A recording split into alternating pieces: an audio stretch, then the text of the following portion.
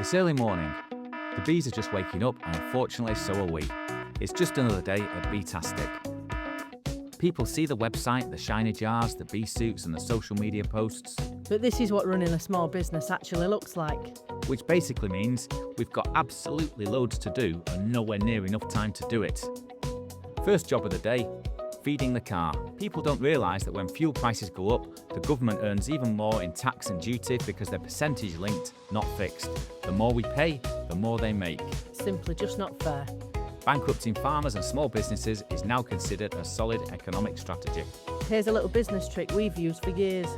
While a pump saves around £1.85 a litre, we use fuel cards that charge us a fixed weekly rate wherever we fill up. So instead of paying the pump price, this week we'll be billed about £1.70. It might not sound much, but when you're constantly driving between warehouses, suppliers and apiaries, it soon adds up. Quick interruption from future Chris and Trixie. We were going through footage for this video and we found this hilarious footage which explains our relationship so well. We were driving over to Huddersfield.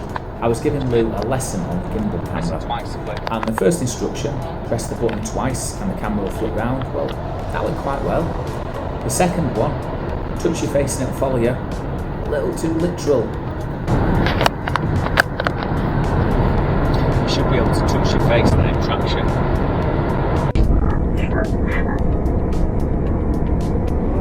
No, it's facing the screen.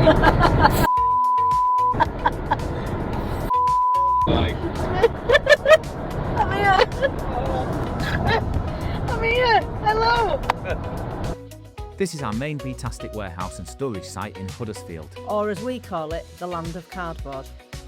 We share the sites with all sorts of neighbouring businesses, mechanics, fabricators, workshops, landscapers, a TV company and even a magician who has a residency at Blackpool Tower.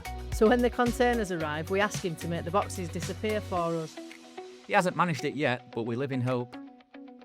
This is where most of our stock lives before being transferred to our Middleton warehouse closer to home. That way, we can pack customer orders locally while still storing larger stock quantities here in Huddersfield. Customers are also welcome to visit either site if they want to collect orders or browse our products. We've got a showroom here in Huddersfield that still needs finishing. Because in small businesses, there's always another project waiting. Today, we're collecting replacement stock for Middleton, plus a rather large jar delivery. When somebody orders 2,000 jars, you suddenly become very aware that glass is surprisingly heavy. And awkward. Very awkward. Everything gets loaded in order because the next stop is time sensitive. Next stop is a small village east of Leeds. We met David a few weeks ago at the BBKA Spring Convention, and like most conversations at bee shows, it quickly escalated into talking about honey jars. Today, David is our favourite customer. He had bacon butties and coffee waiting for us on the terrace, and we also got to meet his gorgeous fur baby. Dogs, bacon and strong coffee. Does life get any better? If all deliveries came with bacon sandwiches, we'd be constantly on the road. After unloading his stock, it was time to get back on the road. This is our smaller satellite warehouse in Middleton, much closer to home. This is where a lot of the daily order picking happens. We also have storage containers on site that we rent out to other local small businesses through our company, Outer Space. While I unload stock, Chris sneaks off into a little studio to photograph some new products.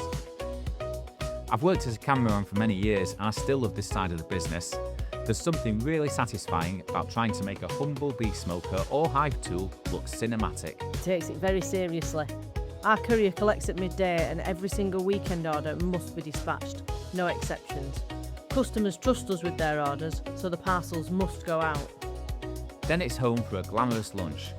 Today's gourmet meal is leftover curry from a Eurovision night with friends. In small businesses, leftovers are a food group. Before heading to our next stop, there's a quick visit to a farm supplies shop for some fencing equipment we need. It was like a Tesco for farmers. The staff were super helpful. And they even spoke Yorkshire to me. Once loaded up, we're off to our new apiary site to attempt to build a fence. Which definitely sounded easier in our heads. Our neighbour Sean volunteered to come along and help us for the afternoon. We met the farmer, Richard, just last week.